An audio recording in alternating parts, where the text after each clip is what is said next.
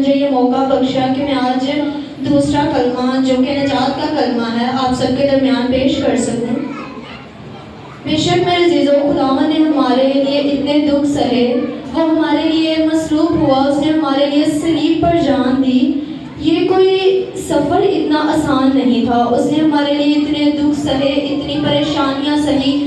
وہ دردناک لمحات جب انسان اپنے حواس کھو بیٹھتا ہے، اسے اپنے سوا کسی اور کی پرواہ نہیں ہوتی، اس پر بے ہوشی کا عالم ہوتا ہے اور اپنی تکلیف کے سوا اس سے کچھ اور یاد نہیں رہتا۔ مگر یہ کون ہستی تھی جس نے ان سب کو برداشت کر کر میرے لیے اور آپ کے لیے نجات چاہی؟ آج میں آپ لوگوں کو کچھ ایسی ہستی کے بارے میں ہی بتانا چاہتی ہوں جس نے ہمارے لیے اتنے دکھ سہے، اتنی تکلیفیں برداشت کی، جس کے بارے میں یوحنا نبی جو بہت بڑے نبی، سبھی نبیوں میں سے برتر تصور کیے جاتے ہیں، وہ بھی بیان کرتے ہیں کہ اس ہستی کے جوتی کا تسمہ کھولنے کے بھی میں اپنے آپ کو لائق نہیں سمجھتا۔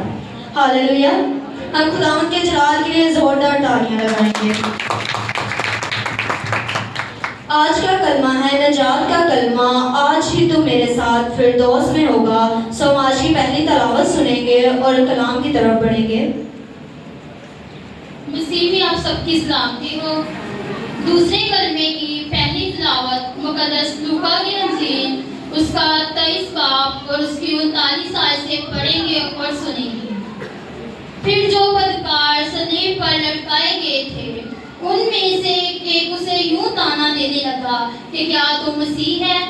مسیح نہیں تو اپنے آپ کو اور ہم کو بچا۔ مگر دوسرے نے اسے جھڑک کر جواب دیا کہ کیا تو خدا سے بھی نہیں ڈرتا، حالانکہ اسی سزا میں گرفتار ہے اور ہماری سزا تو واجب ہے کیونکہ اپنے کاموں کا بدلہ پا رہے ہیں۔ لیکن اس نے کوئی بے جان کام نہیں کیے۔ پھر اس نے کہا، اے یسوع، جب تو اپنی بادشاہی میں آئے تو مجھے یاد کر۔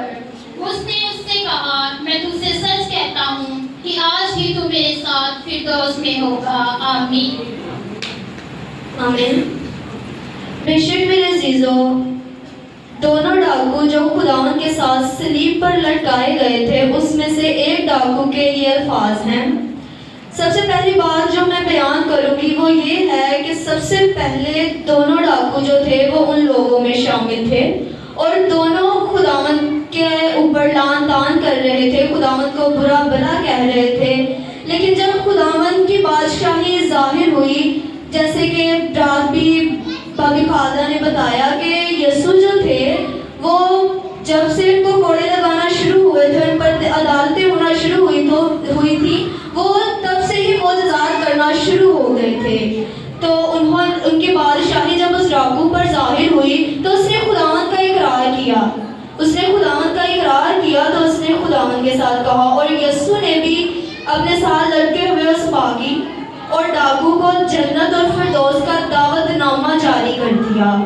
اس ڈاکو نے یسوع سے صرف فریاد کی تھی، جیسا ہم نے کلام مقدس میں سنا کہ یسوع نے صرف اس ڈاکو سے فریاد کی تھی کہ جب تو اپنی بادشاہی میں جائے تو مجھے یاد رکھنا۔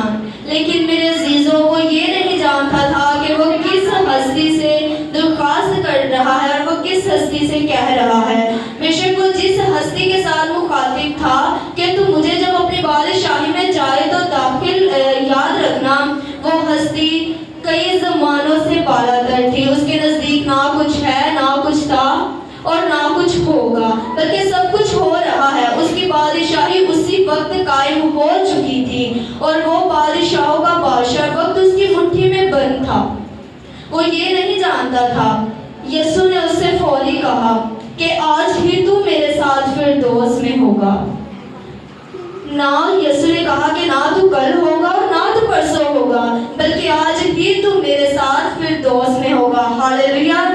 یہ بہت ہی معجزے کی بات ہے کہ یسوع نے ہمارے لیے اتنے معجزے کیے جو ہم بیان بھی نہیں کر سکتے۔ سب سے بڑھ کر اس نے ہمارے لیے اتنے دکھ سہے، وہ بے عیب تھا پھر بھی اس نے ہمارے لیے اتنے دکھ سہے۔ اس کلمہ میں میرے عزیزوں الوہیت کا بھی دعویٰ ہم کو نظر آتا ہے کہ یہ جو اس ڈاکو کو فردوس جنت کا اجازت نامہ جاری کر رہا ہے، یہ کون ہے؟ یہ جو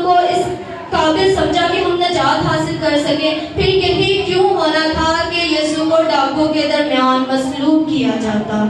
ہم آج کی دوسری تلاوت سنیں گے اور اس میں ہم دیکھیں گے کہ یسایہ نبی جو پیشن گوئی کرتے ہیں وہ کیسے پوری ہوئی۔ مسیح میں آپ سب کی سلامتی ہو۔ ہمارے لیے آج کے دوسرے کلمے کی دوسری تلاوت یسایہ کی کتاب اس کا 53 باب اور 3 آیات۔ وہ آدمیوں میں حقیر و مردود، مرد غمناک اور رنج کا آشنا تھا۔ لوگ اس سے گویا روپوش تھے، اس کی تحقیر کی گئی اور ہم نے اس کی کچھ قدر نہ جانی۔ آمین۔ آمین۔ بے شک میرے عزیزو، خداوند کی تحقیر کی گئی لیکن ہم نے اس کی کچھ قدر نہ جانی، لیکن پھر بھی اس نے کہا کہ اب خدا ان کو معاف کرے کیونکہ یہ نہیں جانتے کہ کیا کرتے ہیں۔ اتنے دردناک لمحات، اتنا دکھ سہنے کے بعد پھر بھی اس نے صرف اور صرف ہمارے لیے شفا کی، برکت اور سلامتی کی ہی دعا کی۔ ایسا کیوں تھا؟ یہ بات پوری ہو سکے، یسایہ نبی پیشن گوئی کرتے ہیں، اس کو ہم دیکھیں گے کہ یہ بات پوری ہو سکے اس لیے یسوع 2 ڈاکوؤں کے درمیان مصلوب کیا گیا، جیسا کہ ہم نے بائبل مقدس میں پڑھا ہے۔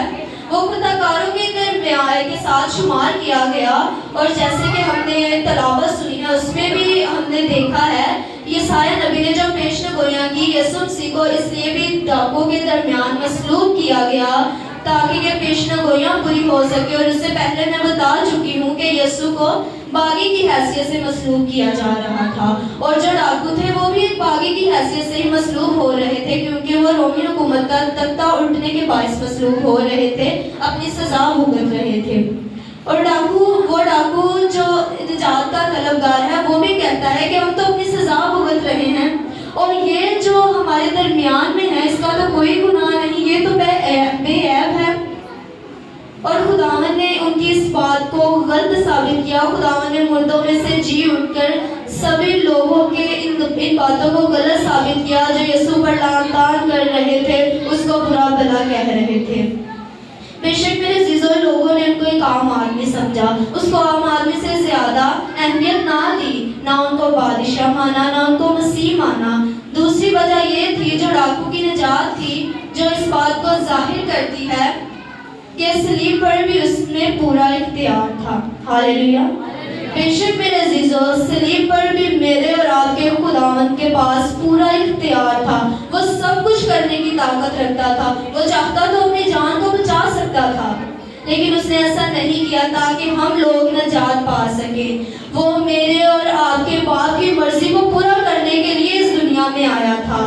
وہ شروع سے لے کر آخر تک صرف اور صرف لوگوں کی نجات کے لیے التجا کرتا رہا، ان کو صحیح راستے پر لانے پر لگا رہا۔ وہ بے عیب بڑھ رہا تھا، وہ اختیار رکھتا تھا، وہ پوری طاقت اور پوری قدرت رکھتا تھا۔ اس نے ڈاکو کو صلیب پر نجات اس وقت بھی دی، اس وقت بھی اس کے پاس پورا اختیار تھا، وہ کمزور نہیں تھا۔ ہاں، میرا اور آپ کا یسوع جسمانی طور پر تو کمزور تھا، جسمانی طور پر کمزور ہوا جب پطرس نے اس کا انکار کیا، اس کے شاگرد اس کو چھوڑ کر چلے گئے، اس کے اپنے لوگوں نے جو جن کے لیے وہ نجات کا پیغام لے کر آیا تھا، جن کے لیے وہ نجات طلب کر رہا تھا، جن کے لیے وہ مصلوب ہوا، انہوں نے اس کا انکار کیا، اس پر لعن طعن کیا، اس کو قبول نہیں کیا۔ وہ جسمانی طور پر کمزور تھا، جب اس کو کانٹوں کا تاج دیا گیا، جب اس کو مصلوب کیا گیا، جب اس کے ہاتھوں اور پاؤں میں کیل ٹھکوائے گئے، لیکن میرا اور آپ کا خدا عزیزو روحانی طور پر اتنا ہی طاقتور تھا جتنا وہ جسمانی طور پر کمزور ہوا۔ ہاللیلویہ۔ آمین۔ اور ہمارے لیے بھی یہی ہے کہ ہم بھی پوری توجہ کے ساتھ خدا کی بادشاہی کو سمجھنے کی کوشش کریں۔